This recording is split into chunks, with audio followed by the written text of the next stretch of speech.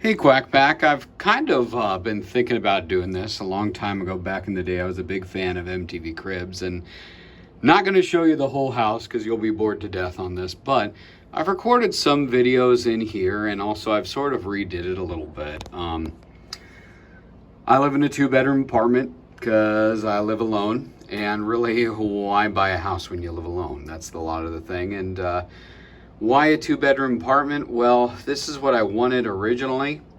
But when I first moved here, it was more of a guest room, and then it was more of an office, and then I taught lessons out of here.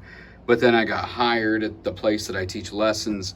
So now I teach at a neutral site, which is great because I protect my space. But anyhow, this is kind of, we'll call it the sanctum of sound right here. This is a tour of my music room and kind of prayer meditation room. I mean, sometimes you don't want to plop on the couch and watch TV like the rest of the people. Sometimes you want to kind of lift your mind to higher pursuits. So anyhow, some friends in North Platte a long time ago, lost touch with them, but I miss them, gave me this many years ago, and I have held on to it for a long time, and so kind of fits there. But here's the little tour. So this is my music slash prayer meditation reading room.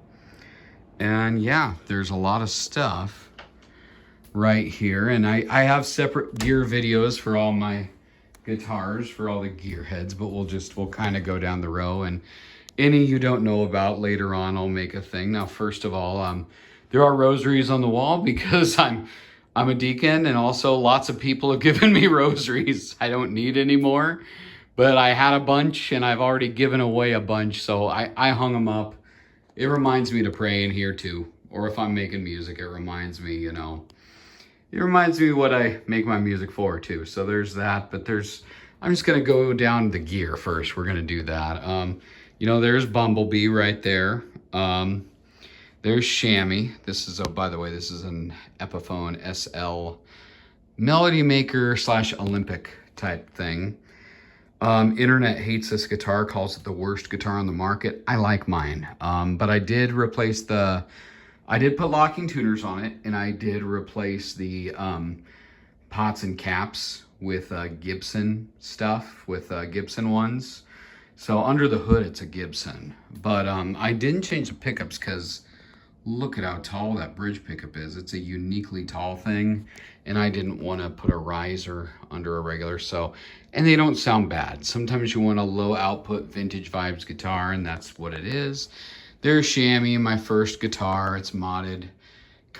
These are kind of my own versions of the Frankenstrat and Bumblebee, which I'll talk about later. But yeah, these are Dragonfire Alnico 52 pickups. Right there, little clever nod to Van Halen. I put Sammy and Dave right there for neck and bridge. It's got a 70s style brass nut locking tune. Watch the gear video on it, but yeah, I like it a lot. My high school was, mascot was the Irish, and I got this guitar when I was in high school, so that's what it is. This thing is thick, it's chonky. It's more Les Paul than Strat, so that's why I modded it for that configuration. So yes, people notice I have a very Les Paul-y Strat and a very Stratty Les Paul. That's by design. I like weird stuff. And there's the lowrider bass, which watch my gear video, and there's my Eddie Van Halen type Kramer Beretta Special. It's very good with my own kind of unique double locking whammy bar, the nut buster and the Goto locking saddles. No one else to my knowledge has done that. And in this one, I'll do a video separately, but this is my fretless cigar box guitar, my Nebraska Huskers one, and it's a one-off. Yes, it's a limiting instrument. I'll talk more in the gear video of it. But a cousin that I don't talk to very much out of the blue sent me this, and it's not every day you get a free guitar on your doorstep. That's a one-off custom, so it's a little limiting. You can't do a lot with a fretless cigar box guitar, but it's functional art, I think, on this, and sometimes it's fun to play. My technician and I at Ron's Music, we electrified it too. We just put some piezo discs, so it sounds raunchy. It doesn't sound too good, but it's, yeah. And then people ask about my amps and my gigging rig. First of all, for making YouTube, you don't need a big thing. I live in an apartment. If I ever record something electric for you guys, it's on this little Joyo bass amp or this Boss Katana Mini when I'm playing. But here's when I'm playing by myself, because I'm in an apartment, headphones. I'm a good, responsible neighbor. People have asked me, do you have anything bigger? Well, to be honest, here we go. This is a PA I have. It's an old school PV one that Mike Gapp, one of the founding members of Lucky Ducky Creek Band, sold me. It's not bad. It's about, for Grand Island, Nebraska, this will do. And if I'm ever asked to play something bigger, there'll probably be a PA provided. So if I have a full big band, this is what I use. And there's a Hercules mic stand that holds my iPad too. That's kind of cool. I'll be back in here, by the way. But I go straight into the PA, and I do my pedal boards straight into the PA. I go ampless in Grand Island, Nebraska, gigging a few times a year, mainly acoustic. Maybe occasionally we'll do something rock down the road. I'd like to, but it makes sense. When I was starting out in my early 20s, I remember the music store, it was a different music store, said you need a $300 bass amp to keep up with everybody. And when I started showing up for gigs, people started being like, oh no, like that bass amp was a liability. They were like, no, plug right into the PA. And then when I was in Omaha, when I was playing some gigs in Benson, like the song 402, if you want to listen to it on Railside Rambo, there were a couple times when, I'd have to pull up, put my flashers on and get my bass amp there because I had my 300 watt bass amp. And they were like, it cost me a couple gigs. People are like, get rid of that big amp. So at least in the lane that I am in, ampless is the thing. I'm just going to run this down for you. This is my acoustic one I use for church. I have a Joyo pedal page turner. I'm not in love with it, but it's okay. It's cheap and it works. This is my Behringer acoustic driver. That just tames the quack of the piezo pickup on my acoustic. This pedal you should get. It's the Atmosphere by Joyo. It's pretty low price, but it's metal construction. It has kind of the shimmer reverb alone makes it good, but there's a lot of other reverb, like, wow. And then I'm going to... probably for Christmas, get a ditto looper. I need a looper because this summer I've already signed up to play a few solo acoustic gigs in addition to the band gig that'll happen this summer.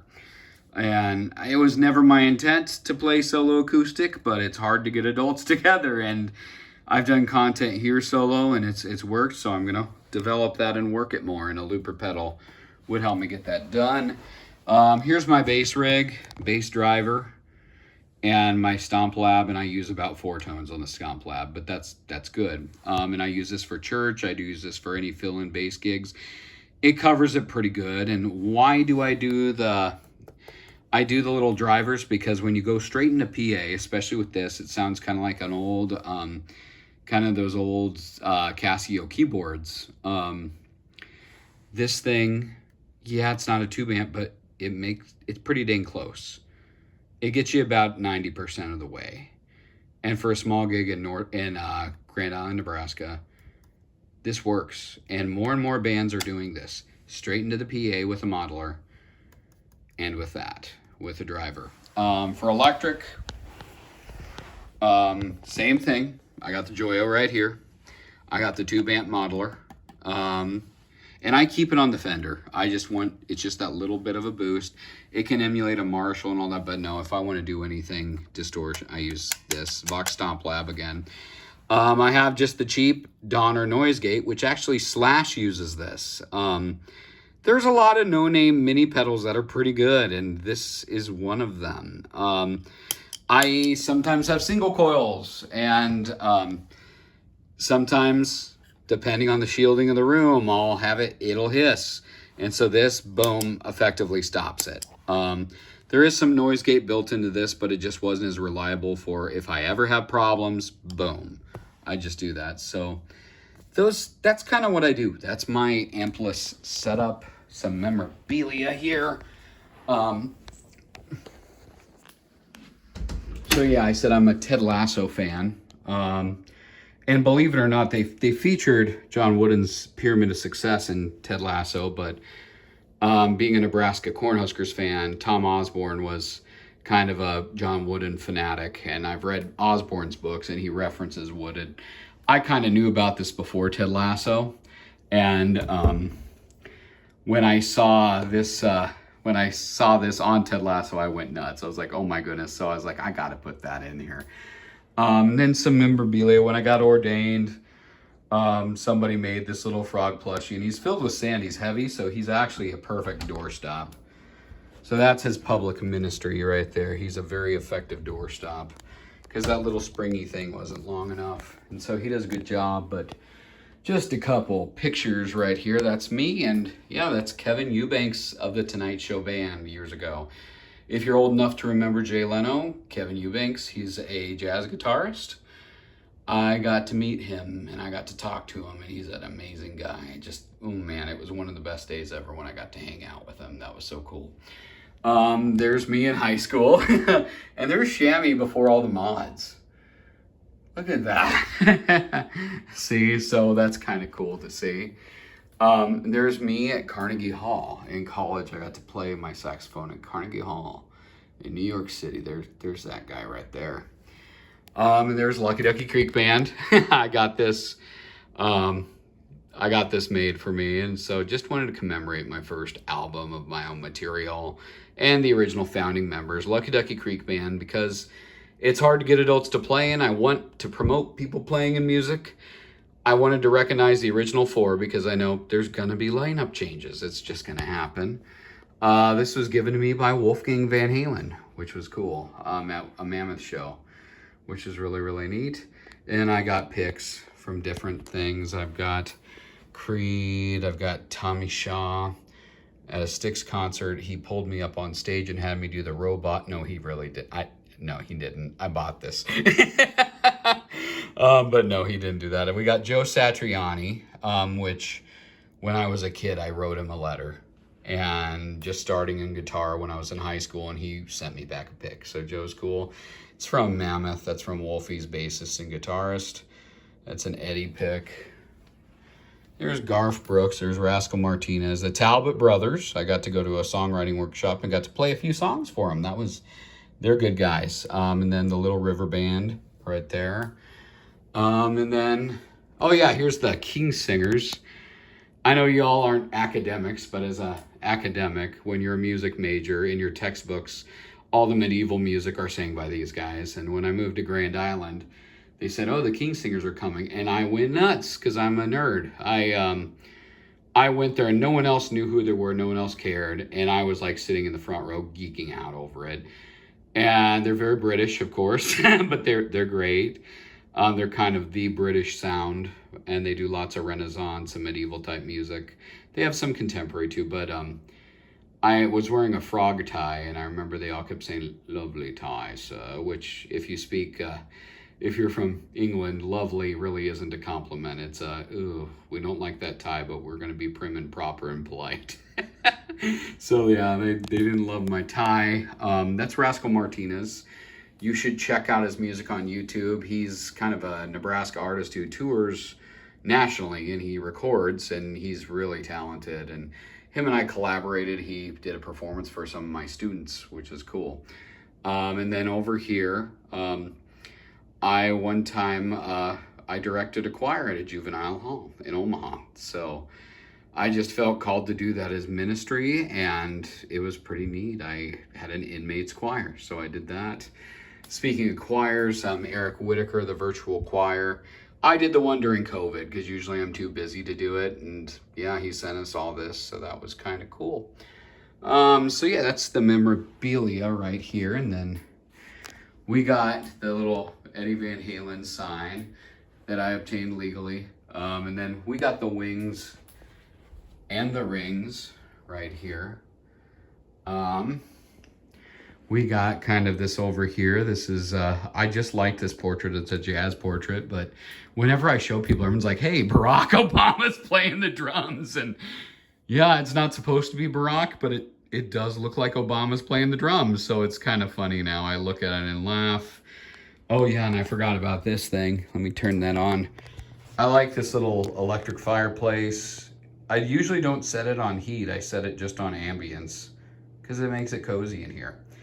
And these things are fun. My little brother got me these. These are little frog guiros. Oop, I gotta lift it up. That's, oh man, how do I do that when hold my camera? Yeah, you gotta lift it and hold it by its legs. But yeah, and by the way, even though we're the Lucky Ducky Creek Band, I do collect frog stuff. Bishop Golka, the Bishop of Colorado Springs, has been a great mentor to me for a lot of my life. I knew him for about 20 years. I was at two places. He was the parish priest, and he had a message in one of his homilies, and it was that fully rely on God frog. And so ever since then, I've kind of collected frog stuff. And so yeah, one of my people in my deacon class gave me this guy. I bought this guy on Amazon. He was an ashtray, but now he lives a reformed life, and he's a pig frog, and I love him. I think he looks a lot happier doing that, doesn't he? And then these are my slides, and these were given to me at my ordination, kind of the Zen frog, and then this one. But these also were ashtrays, and they now live a much more fulfilling life. But these right here are slides for my cigar box guitar, and I pretty much looked around at everything. And you know, the co-receiving bottles you get on eBay for $300. Yeah, don't do that. Pretty much get the slide that fits you, and there it is. I know there's some Mojo with the co-receiving bottles, but really I have the next closest thing. This is the Big Heart Mojo one that's actually made of glass, the real glass. It's got the seam in it. People who own the co-receivings online say that's pretty much the same thing, and it does sound a little bit better than the other Pyrex slides I have.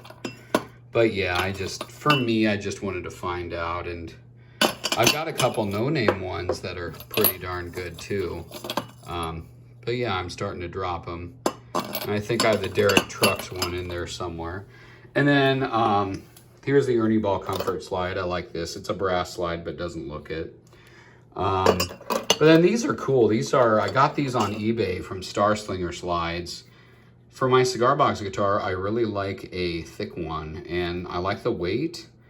They're kind of pretty. I like these a lot. They're a little expensive though, but I really wanted them, and these are all mine. I have more than I need, but that way I always have slides, and there it is right there. And then I don't have a TV in this room, but if I ever want to chill, I can set up my iPad right there, so the TV doesn't dominate the space. And there's Kermit the Frog. He's a great leader. He's someone I aspire to be like. He holds his calm in chaotic situations. He remains positive and genuine. Just if there's anyone I want to be, it's this guy right there. So yeah, and we got the liturgy, because I pray in here. We got the Liturgy of the Hours, we got the Bible, and then we got the big book from AA. I'm 11 years sober, and once we hit New Year's Eve, I'll be 12 years sober, so that's good. Then we got a bunch of books just on prayer and discernment, you know, kind of light reading, but just prayer and discernment, different things where if I'm in a thinking mood, there you go. Those are good to read. I love this curtain I got.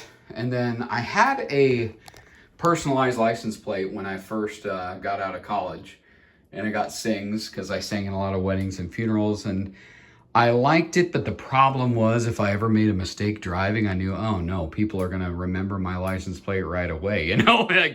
And then also, here's another weird side effect of this. I would have people tailgate me and then ask me to pull over, and I'm like, oh no, is this a road rage thing? And several people would have me pull over, and they'd say, I collect personalized license plates, can I please have yours when you're done? And I'd be like, no, I paid the extra fees to get it. I want to hang it on my wall. And then they'd get upset and they'd drive off in a huff. So never again. I'm glad I did it, but now I just have a regular industry standard license plate. This is my piano, and like I said, we have headphones. Speaking of Casio keyboards, this is the Casio Privia. It's better than the Casio keyboard I had when I was a kid. It's all right. It's not a Nord, but for piano it's good, and it's got headphones. And by the way, Eddie's a better piano player than you would think. Some of these, they're great to learn the Eddie piano songs, but yeah, they're a little challenging. He had bigger hands than me. And we got the Beatles, and then these belong to my grandma, who wasn't musical, but they work in this room. We got Elvis, you got to, and then we got like the four kings. We have the king, and we got the king guitar. Like there's Eddie Van Halen right there. This is my physical media. I got my books for piano and saxophone and all that. We got my CDs, and these binders hold cassette tapes, and we got vinyl. I used to have the 50s multi-thing, and I know audiophiles will say this will ruin your records. Not really. They haven't for me, and I don't spin vinyl a lot. This goes Bluetooth, and if I want to stream, this will play through the speakers too. But special occasions, I'll spin some vinyl, but it's been okay to my records. I don't listen to them a lot because I'm a Zennial. In college, Homestar Runner was a thing, and there's the cheat, you know. Meow, meow, meow, meow, was what I say. But I love the cheat, you know. Come on for who, guys? Come on for who, guys? You know. And that's kind of cool. That's like a deep cut. People don't see those very often. And when people see that, they smile. My brother gave me, this is the Frankenstrat and the Bumblebee. When he first got him, I was like, what am I going to do with this? But I'm like, no, I'm glad I have him because that's my Frankenstrat and that's my Bumblebee. I was inspired but did my own things. We got the little jamming chair with my blue music stand. And kind of got the Wolfgang Van Halen pillow. And so... yeah. Oh, yeah. And I forgot this thing. I just bought this and I love this. It's not the name brand Love Sack. It's one of the knockoffs. It's the Big Joe Foof chair. But I've tried the real Love Sacks. I've tried Siesta Sacks. This is all right. It's the same. I actually don't like the name brand Love Sacks. For what I got here, this is great. It's memory foam. You can fall asleep on. I can sit on it and pray like a Jedi, you know, that's cool too, or it can just sprawl out on it. It's good for reading, it's good for napping. I love it. And yeah, I have a HEPA filter because I have allergies. I did have sinus surgery and that's helped most of it, but just be proactive in Nebraska, especially during harvest season. That just keeps it going, you know. And so yeah. And then over here I just keep my cases and everything and my acoustics. There's my Martin X.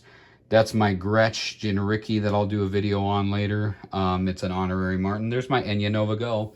I had that up, but then I took it down because it just wasn't hitting. So I'll do probably a separate video on that. I don't think gear reviews are my thing. It just didn't hit the algorithm like I thought. Not that I'm chasing the algorithm, but sometimes it's kind of a womp womp when a video doesn't get a lot of views. But yeah, and then over here, just more cases, the PA, you know, I told you, a Hercules stand holds the iPad. I have saxophones I'll talk about, and I'll play them for you one of these days. I have a Kyleworth SX90, which is a beautiful professional horn. But believe it or not, that's an alto. I love my cheap tenor sax better. It's the old school ugly Selmer Bundy. Not the Bundy 2, but the original Bundy. That's a stencil horn of the Buescher Aristocrat for all the band instrument nerds.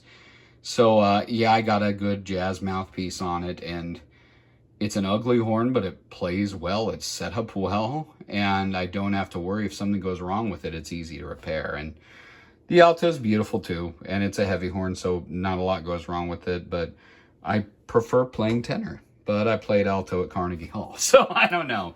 And then over here, I'm making space. We're going to get one last guitar. I'm getting a new guitar about my birthday time, January 25th-ish. I'm actually buying myself a birthday present, but that's all right. I'm putting a down payment next week. Not going to tell you what it is. You can guess. But it'll just hang out over here. So that's going to be kind of cool. But yeah, so that's the room. And that's all the frog stuff. And that's, I think I went over everything. So on MTV Cribs, they used to yell. They'd be like, no, get out of here, get out of here. I'm just going to say, well, I guess it's time for us all to vacate the premises and fly away.